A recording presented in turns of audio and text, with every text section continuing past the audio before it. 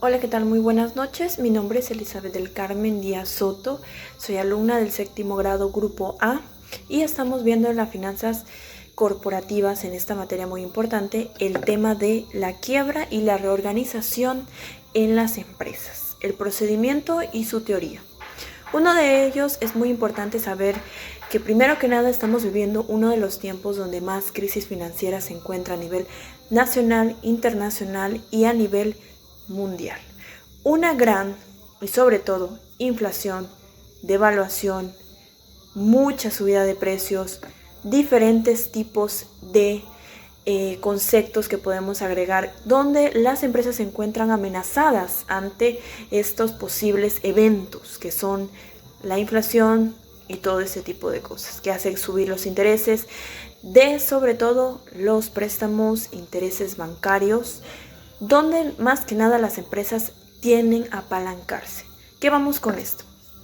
Sobre todo en esos tiempos de incertidumbre, las empresas es cuando más necesitan saber su tipo de liquidez, de solvencia económica, de capital y de sus activos, así como diferentes, muy importantes, sus pasivos. Entonces, ¿qué es la quiebra en las empresas? Podemos conocer que el concepto de quiebra normalmente es especificado cuando una entidad financiera, en este caso una empresa, no cuenta con suficiente activo circulante, solvencia económica o liquidez para poder pagar las deudas que tiene a largo plazo y a corto plazo. Entonces, es ahí donde el riesgo de quiebra aumenta y es cuando la empresa necesita y requiere hacer un análisis para poder identificar si este tipo de fenómeno que está enfrentando no le va a causar una quiebra. Entonces, ¿qué podemos ver aquí? Muy importante en el concepto de la quiebra. Bueno, no cualquier empresa puede darse a la quiebra jurídicamente, porque para poder darse a la quiebra primero tiene que notificar a sus acreedores, significa las personas que la empresa les debe, puede ser bancos, puede ser proveedores, puede ser cartera de clientes, pueden ser otros tipos de cuentas a las cuales las empresas necesitan que liquidar esas deudas. Entonces tienen que notificarles. Al notificarles puede pasar hasta 3 o 6 meses que esta entidad no le va a notificar, no le va a embargar, no le va a hacer ninguna reacción legal a la empresa porque la empresa se está dando la quiebra. Pero algo, ojo, muy importante, es ahí cuando la entidad tiene que demostrar esa quiebra jurídicamente, se le tiene que aprobar si está o no a la quiebra. Entonces ahí entra un proceso donde es la aprobación, si lo es o no lo es. De ahí pasamos a algo muy importante que es la reorganización en las empresas.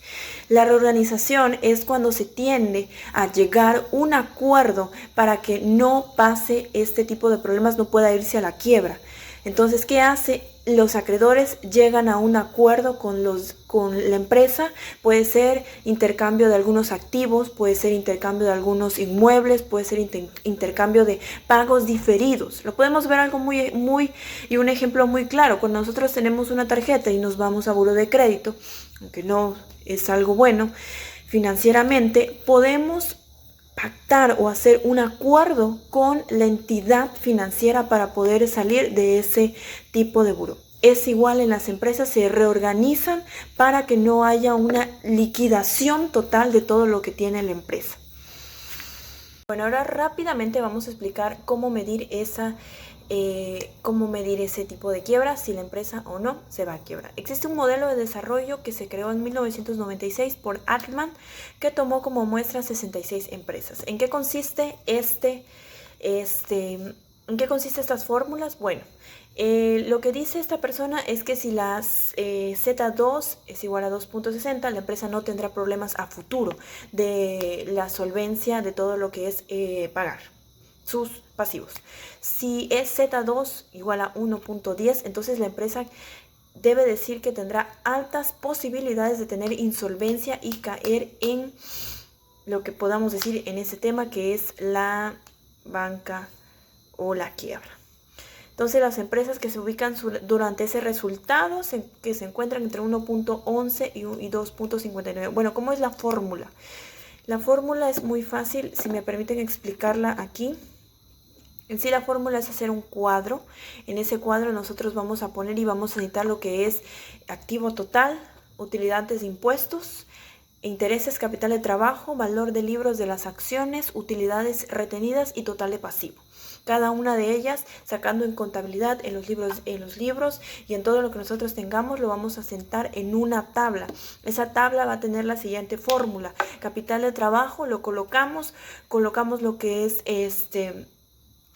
nuestro activo total en la parte de abajo, y los activos totales se van a repetir diferente término. Por ejemplo, tenemos capital de trabajo, utilidad retenida, utilidad antes de impuesto y venta de libros y total del pasivo al final.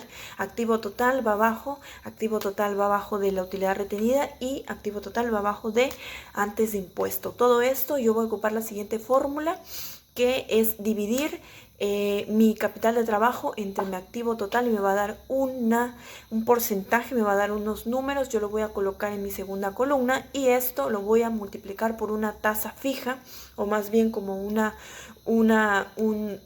por un número que se utiliza en estas tablas, y el resultado que me dio al dividir estas cuentas yo lo voy a multiplicar por ese factor, y ese factor me va a dar un número, y ese número es el que yo voy a ocupar. Así le voy a ir haciendo sucesivamente, y al final de todo la fórmula de sumar todo esa columna donde están mis resultados me va a dar el Z, que es Z2 o Z1, lo que yo necesito saber si la empresa se encuentra en la capacidad de pago, o si realmente se va a ir a la quiebra porque no tiene la suficiente capacidad para poder hacer frente a sus obligaciones financieras. Y bueno, espero que les haya gustado ese tema y les agradezco mucho a todos.